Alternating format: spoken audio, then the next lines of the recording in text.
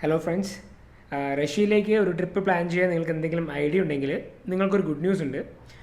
2025 April or May time ആകുമ്പോഴേക്കും Indian passport ഹോൾഡേഴ്സിന് visa free എൻട്രിയാണ്. അതായത് visa on arrival ആയിരിക്കും.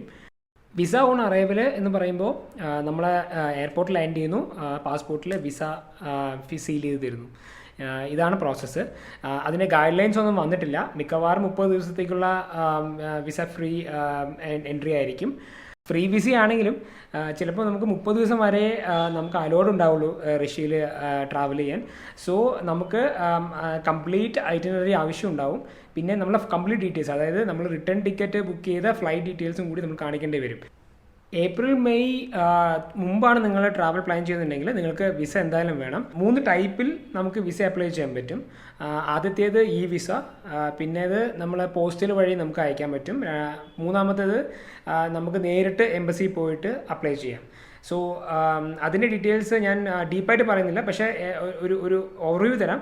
അതായത് ഈ വിസ എന്ന് പറയുന്നതിൽ നമുക്ക് 15 ദിവസം മാത്രമേ നമുക്ക് വിസ അനുവദിച്ച് കിട്ടുള്ളൂ.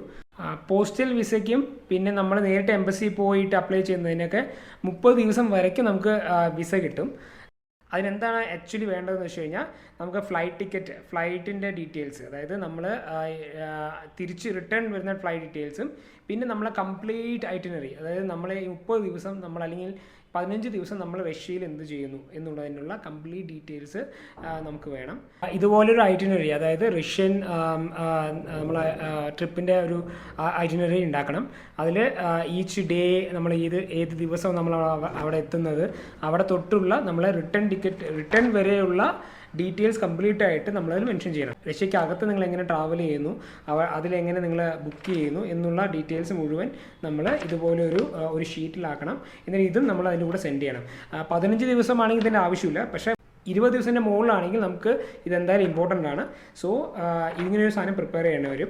ഹോട്ടൽ ബുക്കിംഗ്സ് ഇമ്പോർട്ടൻ്റ് ആണ്. സോ ഹോട്ടൽ ബുക്കിംഗ്സ് നമ്മളുടെ ഐറ്റിനറിയിൽ ഇൻക്ലൂഡ് ചെയ്യണം.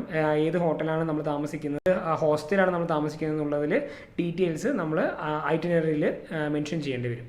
ഈ വിസയ്ക്കും പിന്നെ എംബസി വഴി വിസ അപ്ലൈ ചെയ്യാനുള്ള 2 ലിങ്കുകൾ ഞാൻ ഡിസ്ക്രിപ്ഷനിൽ ഇട്ടിട്ടുണ്ട്. നിങ്ങൾക്കത് യൂസ് ചെയ്യാം. അല്ലെങ്കിൽ ഞാൻ അതിന് വേണ്ടി വേറൊരു വീഡിയോ ഇടാം.